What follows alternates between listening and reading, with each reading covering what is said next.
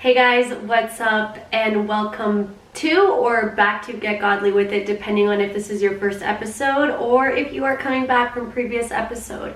I am honestly really excited to be filming this episode because we have some exciting new things coming up, and this episode is actually something that happened to me literally last week that I had gone through and that God really just helped me get through and really just opened my eyes to, and by His grace it was overcome, thank goodness. So I'm gonna get right into something that happened that's good news, and like I said, I would love if you guys hopped on your own stories and said something encouraging that happened to you throughout the week, so that way other people can as well be encouraged through what God has done through you or done in your life, so that you are able to encourage or impact the audience that follows you. So my first thing is that this Saturday I actually got to share my testimony with a bunch of non-Christians for the very first time, and I was so nervous. Oh my goodness, I was like, there is no way that I'm able to talk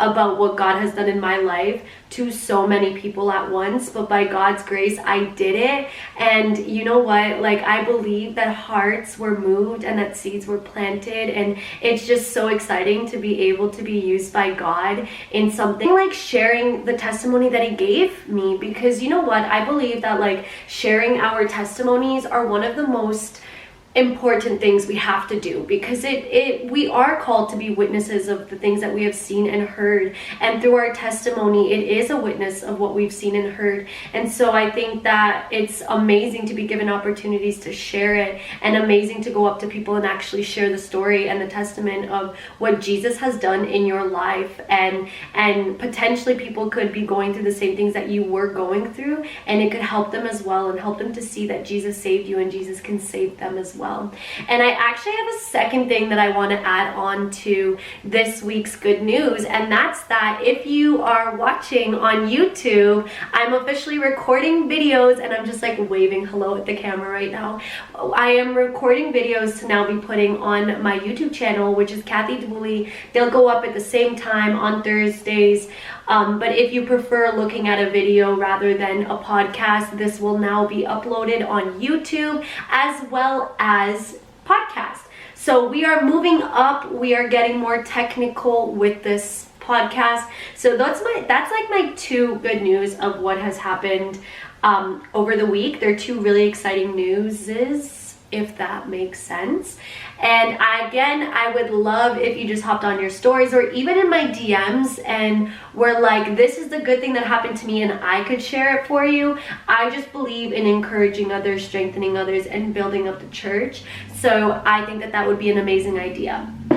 Again, I'm just gonna go through where you can find me at Kathy Dwoolley or at Get Godly With It podcast on Instagram. You could as well join my Facebook group, which is Deeply Defined. We do have weekly Bible studies and prayer meetings, and soon we're going to be, actually by the time this podcast is out, we are now doing like once a month where we hop on a call, maybe watch a movie or just talk about life. The girls seem to really get along and in fellowship, and so that's what we're going to be doing. If you want to join, head over to Deeply Defined on Facebook. It's so much fun and I would love to have you there. And now also Kathy Dwoolley on YouTube, where the videos of the podcast will be posted, as well as hopefully soon some more content.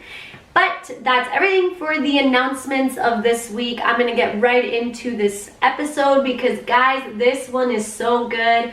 Honestly, God really worked this in my heart and just taught me how to rest in Him a little bit more, because last week I was really stressed out. I'm not going to lie, I was so stressed out to the point that my eczema was breaking out. I was so itchy. I remember I was going to bed and I was like, God, I don't want to live like this. Please heal me of this. I had a panic attack last week. I got off the phone with my friend and she prayed for me over a decision I want to make, and I dropped to the floor crying and felt like I couldn't breathe, and I was just like on the floor in panic mode, and had to remember that it's not I who live but Christ who lives through me. And so nothing in my life really changed. It was just a matter of God is showing me like a lot of things that are going to be unraveling in the next couple of months. And I'm a type of person that likes to have control over how things are going to happen. And as you guys probably know, that your walk with God is never about how you can make something happen, but about how God is going to make it happen. And that's where the whole aspect of trusting in the Lord comes into play, because we really have to be intentional of just giving everything to Him. There's a verse in Proverbs that says we establish our plans, but the Lord establishes our steps. And if you are a control freak, a little bit like me, like I'm not a control freak with other people, but it's like when it comes to things in my life, I'm like, I like to have a hold over what I'm going to be doing in my life. And I think that's pretty valid, but God also teaches us to stop that and to have faith in Him and believe that He is showing us the way.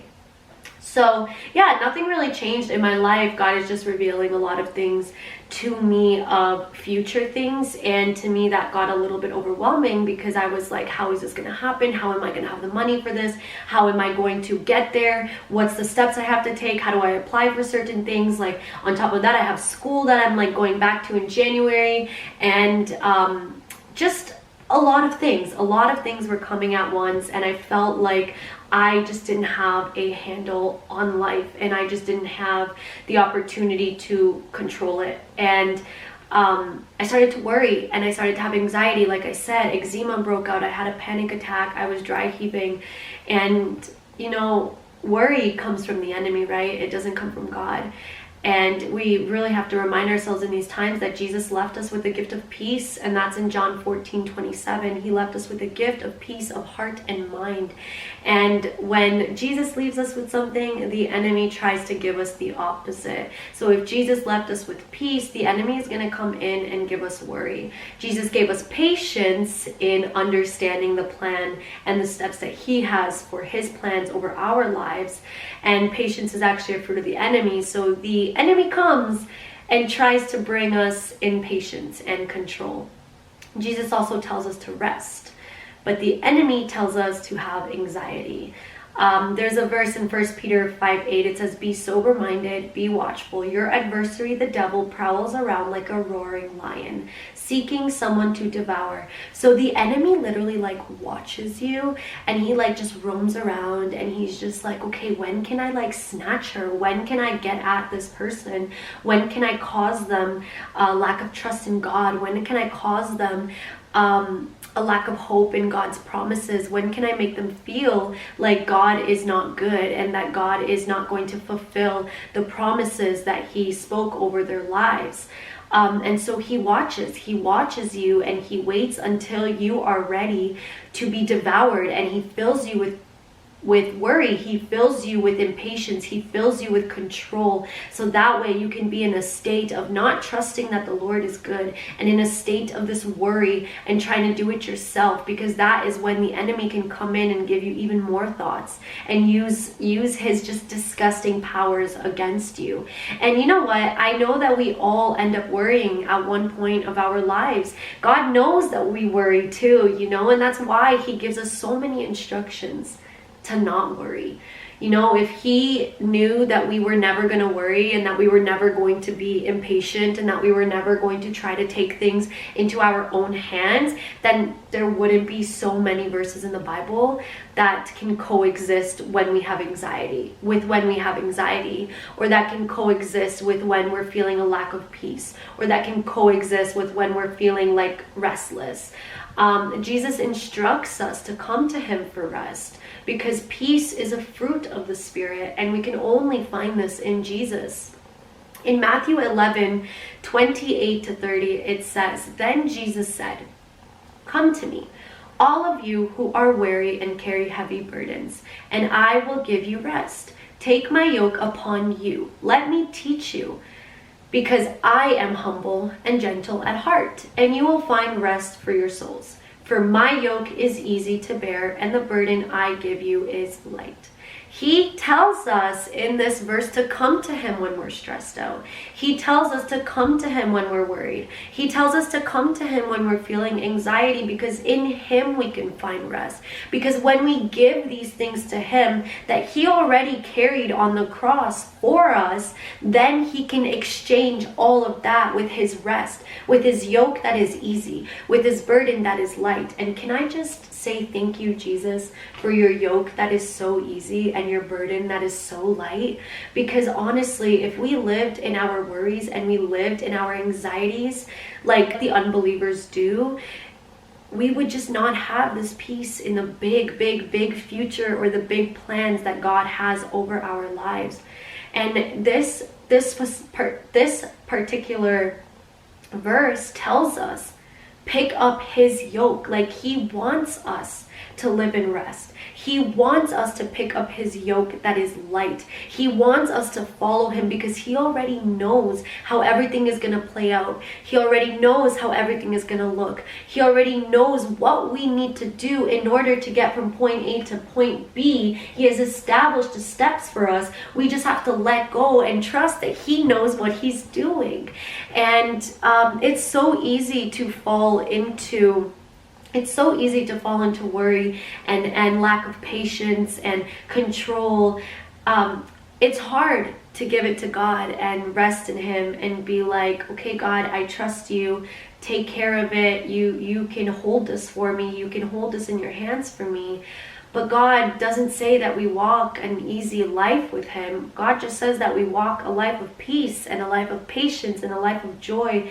And in order to walk that out, we do have to give up our own ways, pick up the cross, and follow him. And that's another verse. I'm not exactly sure where that is. I used to have it written on my desk, but I think it has fallen off. I don't know where it went. But it is another verse in the Bible that we are called to give up our own ways. We are called to pick up the cross, and we are called to follow him. And that might not look like you want it to look, and it might not look in the way that you expected it to look, but it'll look in the way that God has planned out so perfectly for your life. And I know it's hard to even realize that you're worrying, and it's hard to realize that you're having anxiety when you're going through it, because your eyes are clouded by what the enemy is trying to push. And it's easy also to worry when we feel like we don't understand what God is doing, and that when we feel like we have needs for this plan, or we have needs in our current situation, but we feel as though we have to figure out the needs by ourselves. But there's this need to just remember that God's got you. You know, like, God didn't fail you yesterday. He didn't fail you 2 days ago. The thing that he called you to 1 year ago that you're living out now, he got you here in his hand, and he got you here in his way, and he gave you the provision of everything that you needed, so that way you didn't have to stress. Like, you are a child of God, and our position as children is to just rest in him. I want to take us to a couple of verses in Matthew 6 and go over what God was speaking to me to bring me peace. When I was going through my anxiety and my worry, my judgment was being clouded so much. Like, I didn't even realize that I was literally listening to the voice of the enemy. I didn't even realize that I was listening to the thoughts that the enemy was creating in my mind. I didn't realize that I was like shutting myself out to the voice of God in that moment. And I remember one morning I woke up and I just had to pray over all of this. I was like, okay, Matthew 11:28-30, it says to give all of our burdens and worries to God, and he will give us rest. So in that moment, I started to just give everything to God and be like, God, you already carried this on your cross. You already took this for me, so I don't have to deal with this. And I just kept feeling this one verse in particular come into my mind that says, don't worry about tomorrow, for tomorrow will bring its own worries. And so I went to Matthew, actually I went to Google, and I typed in, where is this verse? Because I was like, I need to know where this verse is at, because I can feel in my heart that God is asking me to read this verse or read the chapter. And so I found out that it's in Matthew 6. And I was reading the chapter, and what really stood out to me was Matthew 31 to 34. And it says, "So don't worry about these things, saying, 'What will we eat? What will we drink? What will we wear?' These things dominate the thoughts of unbelievers. But your heavenly Father already knows all your needs. Seek the kingdom of God above all else and live righteously, and He will give you everything you need. So don't worry about tomorrow, for tomorrow will bring its own worries. Today's trouble is enough for today." I kind of just want to go through a couple things in these verses that just really stuck out to me and really helped me to get a grasp of what God was speaking to me about, how I didn't have to worry and how we shouldn't worry, because He literally has us. And I'm not telling you that your worrying is invalid, because it is valid. You know, the enemy is powerful, but our God is victorious. And so the first thing that I noticed within these verses, is that don't worry is mentioned 2 times. It's not mentioned 1 time, it's not mentioned half of a time, but it's mentioned twice. So it's duplicated. So in these 4 verses, it is said 2 times, do not worry. So it means to take it seriously. It means He wants us to know that this is an instruction from Him. And the instruction from Him is to not worry, because He has us. He literally tells us, don't worry. Don't worry, don't worry. And our human minds are so funny, because then we see something and we're like, I gotta worry.